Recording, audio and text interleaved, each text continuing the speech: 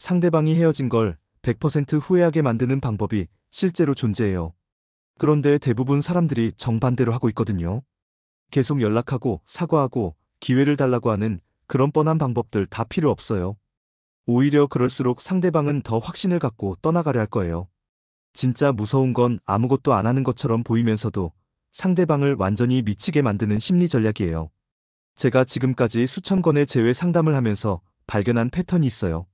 성공하는 사람들은 절대 급하게 행동하지 않더라고요. 대신 상대방이 스스로 돌아오고 싶게 만드는 방법을 알고 있었어요. 오늘 알려드릴 세 가지만 제대로 하면 상대방이 잠시도 나를 잊을 수 없을 거예요. 첫째는 상대방 기억 속에서 내가 얼마나 특별한 존재였는지 깨닫게 만드는 거고요. 둘째는 새로운 사람으로는 절대 채울 수 없는 나만의 가치를 보여주는 거예요. 셋째는 상대방이 내 상황을 궁금해하게 만드는 전략적 행동이에요. 헤어지고 나면 대부분 당황해서 뭔가를 하려고 하잖아요. 그게 바로 실패의 시작이에요. 상대방이 헤어지자고 말했다는 건 이미 머릿속에서 이별 준비가 어느 정도 되어 있었다는 뜻이거든요. 그런 상황에서 앞으로 어떻게 하겠다는 미래 얘기를 아무리 해봤자 소용없어요. 이미 지친 마음에 또 다른 부담만 주는 거죠. 연애 상담하면서 정말 많은 케이스를 봤는데 성공적으로 재회한 사람들의 공통점이 있어요. 바로 상대방의 감정을 먼저 흔들어 놨다는 거예요. 논리적 설득이 아니라 감정적으로 움직이게 만든 거죠.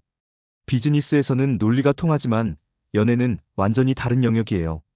감정이 앞서고 나서야 이성적 판단이 따라오는 거거든요. 그런데 대부분은 이 순서를 거꾸로 하고 있어요. 실제로 제 구독자분 중에 이런 경우가 있었어요. 남자친구가 헤어지자고 했을 때 처음엔 당연히 당황해서 앞으로 어떻게 하겠다는 말만 계속했대요. 전혀 안 통하더래요.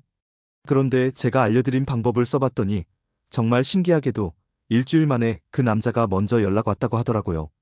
뭘 한 건지 궁금하죠? 지금부터 차근차근 설명해 드릴게요. 첫 번째 방법은 상대방에게 우리 관계의 진짜 의미를 깨닫게 만드는 거예요. 사람들이 가장 마음 아파하는 순간이 언제인지 생각해 보세요. 소중한 걸 잃었을 때잖아요. 그런데 그 소중함을 느끼는 건 잃기 직전이나 잃고 나서예요. 오래 키우던 반려동물이 세상을 떠날 때를 생각해 보세요. 그때서야 우리는 그 존재가 얼마나 특별했는지 깨닫게 되거든요. 매일 보던 모습들이 얼마나 소중했는지 그때 알게 되는 거예요. 연인도 마찬가지예요. 헤어지는 순간에 상대방이 우리와의 시간이 얼마나 의미 있었는지 깨닫게 만들어야 해요. 그런데 여기서 말하는 방식이 중요해요. 나는 너를 사랑해 이런 뻔한 말로는 절대 상대방 마음을 못 움직여요. 사랑한다는 말은 너무 흔하게 듣는 말이거든요. 헤어지는 상황에서는 오히려 부담스럽게 느껴질 수도 있어요. 그보다는 상대방이 지금까지 들어보지 못한 표현을 써야 해요. 예를 들어서 너랑 함께한 시간들이 내 인생에서 가장 편안했던 순간들이었다거나 너만 있으면 다른 건 아무것도 필요 없다고 느꼈던 때가 정말 많았다 이런 식으로요. 그리고 더 중요한 건 시제예요. 현재형이 아니라 과거형을 써야 해요. 너는 나에게 소중한 사람이야가 아니라 너는 나에게 소중한 사람이었어 이렇게 말하는 거예요. 왜 이게 중요하냐면 현재형으로 말하면 상대방 입장에서는 아직도 나를 붙잡으려 한다고 느낄 수 있거든요. 그런데 과거형으로 말하면 이미 상황을 받아들였다는 느낌을 주면서도 동시에 그 사람 마음을 아프게 만들 수 있어요. 한 글자 차이지만 완전히 다른 효과가 나는 거예요. 나는 슬프지만 네 입장을 존중하니까 이 상황을 받아들이겠다는 의미가 추가되거든요. 이렇게 말하면 많은 분들이 걱정해요. 그러면 상대방이 아예 마음을 정리해버리는 거 아니냐고요. 그런데 정반대예요. 오히려 재회 확률이 훨씬 높아져요. 사람은 쉽게 얻을 수 있는 건 소중히 여기지 않거든요. 내가 계속 붙잡으려 하면 상대방은 더 확신을 갖고 떠나려 할 거예요. 하지만 내가 놓아주는 모습을 보이면 오히려 그때서야 내 가치를 다시 생각해보게 되는 거죠. 두 번째는 나만이 줄 수 있는 특별한 가치를 깨닫게 만드는 거예요. 많은 분이 헤어지고 나면 외모 가꾸기나 멋진 사진 올리기에 집중하는데 솔직히 말해서 그런 걸로는 한계가 있어요. 아무리 예뻐져도 상대방 주변에 있는 새로운 사람들보다 더 매력적이 되기는 어려워요. 특히 이미 나한테 질린 상태라면 갑자기 연예인급 외모가 되지 않는 이상 크게 와닿지 않을 거예요. 그럼 뭘 보여줘야 하냐고요? 보여주는 게 아니라 깨닫게 만드는 거예요. 우리가 오래 만난 연인이었기 때문에 가질 수 있는 장점들이 분명히 있거든요. 상대방의 개인적인 고민이나 문제점들을 누구보다 잘 이해하고 있다거나 가족처럼 편하게 대해줄 수 있다거나 상대방의 작은 취향까지 다 맞춰줄 수 있다거나 이런 것들 말이에요. 새로운 사람한테서 이런 깊은 이해를 받으려면 최소 몇 개월은 걸려요. 그런데 우리는 이미 그런 관계를 만들어뒀잖아요. 이게 바로 우리만의 경쟁력이에요. 이런 식으로 말하는 거예요.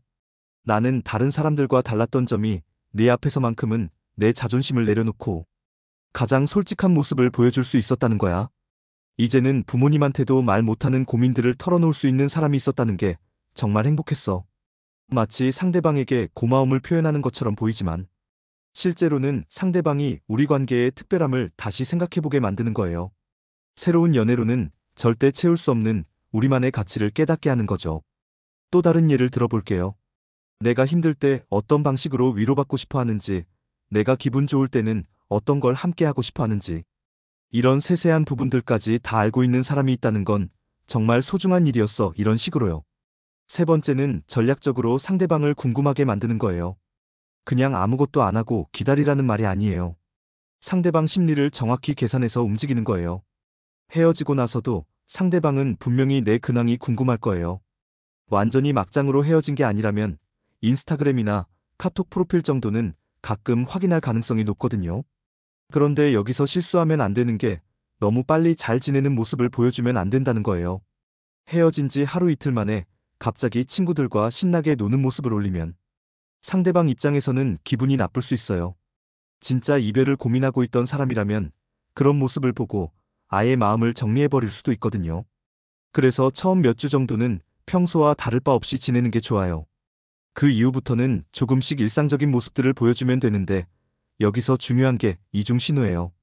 계속 잘 지내는 모습만 보여주거나 계속 힘들어하는 모습만 보여주면 안 되고 둘을 적절히 섞어야 해요. 예를 들어서 친구들과 즐겁게 지내는 사진을 올리다가 가끔씩은 혼자 있는 모습이나 조금 우울해 보이는 글을 올리는 거예요. 이렇게 하면 상대방 입장에서는 내 감정 상태가 어떤지 정확히 알 수 없게 되잖아요. 사람 뇌는 불확실한 상황에서 호기심을 느끼게 되어 있어요. 확실한 건 금방 관심이 떨어지지만 애매한 건 계속 신경 쓰이거든요. 상대방이 제외에 관심이 있든 없든 일단 내 상황이 헷갈리면 자꾸 확인하고 싶어져요. 그러다 보면 자연스럽게 나를 생각하는 시간이 늘어나고 결국 그리움이나 후회 같은 감정들이 생기게 되는 거예요. 이 모든 과정에서 가장 중요한 건 참을성이에요. 빨리 결과를 보고 싶어서 성급하게 행동하면 지금까지 노력이 다 물거품이 될 수 있거든요. 실제로 이 방법들을 제대로 실행한 분들은 대부분 한 달 안에 상대방으로부터 연락이 왔어요. 처음에는 안부를 묻는 가벼운 메시지부터 시작해서 점점 진지한 대화로 이어지더라고요. 그런데 여기서 또 실수하면 안 되는 게 상대방이 연락해왔다고 해서 바로 재회를 언급하면 안 돼요. 그냥 자연스럽게 대화하면서 상대방이 먼저 관계에 대한 이야기를 꺼낼 때까지 기다려야 해요. 조급해하지 마세요. 이미 상대방이 먼저 연락해왔다는 건 마음의 변화가 생겼다는 뜻이거든요. 그 마음이 더 커질 때까지 여유를 갖고 기다리는 것도 전략의 일부예요. 물론 모든 상황에서 이 방법들이 100% 통하는 건 아니에요.